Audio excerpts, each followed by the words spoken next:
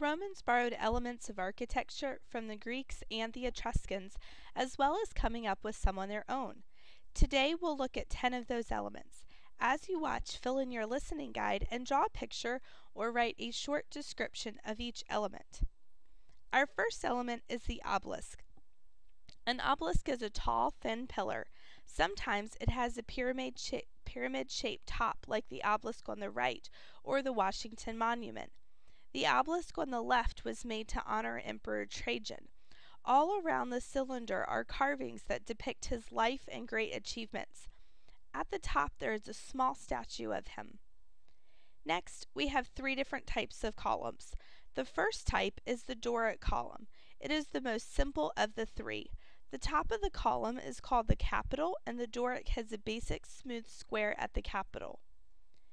The Ionic column features a scroll design at the top. This type of column originated in Ionia along the western coast of Asia Minor.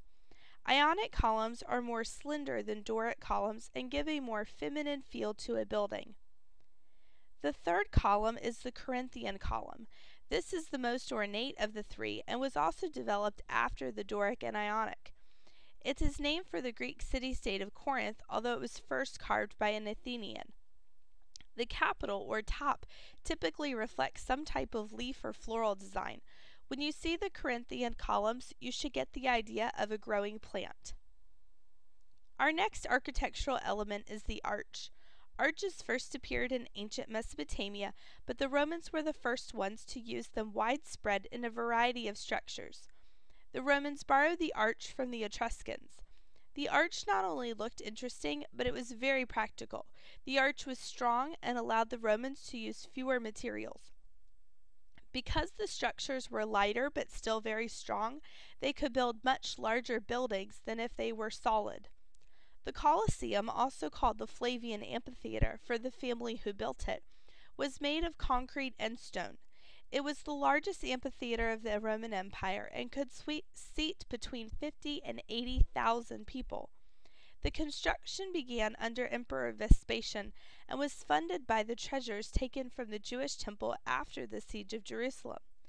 The other picture shows an aqueduct, or a water bridge. The Romans used aqueducts to carry water from the mountains to supply cities with water for drinking, bathing, and cleaning. The aqueducts in the Colosseum represent the engineering marvels of the Roman Empire. The portico was also adopted from the Etruscans. A portico is basically a porch supported by columns.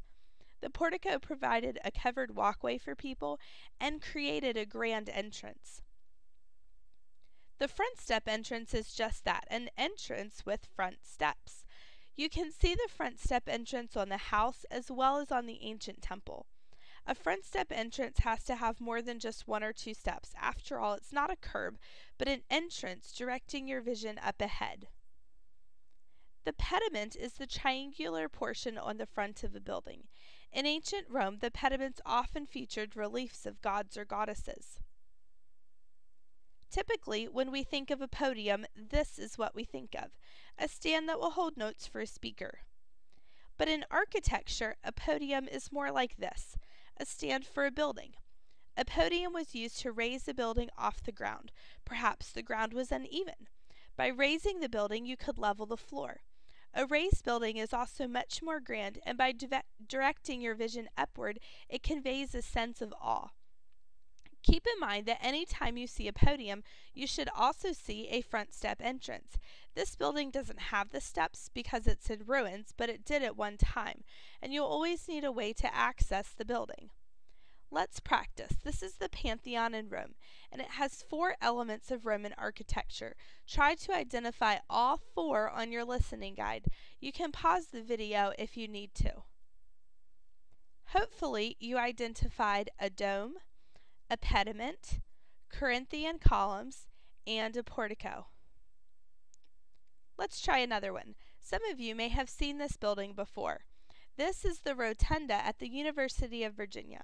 Thomas Jefferson designed this building to reflect a Greco-Roman style. It has 7 elements of Roman architecture. See how many you can find. You can pause if you need to. Let's check. Probably most obviously, we have a dome, arches, a pediment, Corinthian columns. We also have a portico, a podium, and a front step entrance. There are examples of Roman architecture all over the world, from ancient ruins to modern day buildings.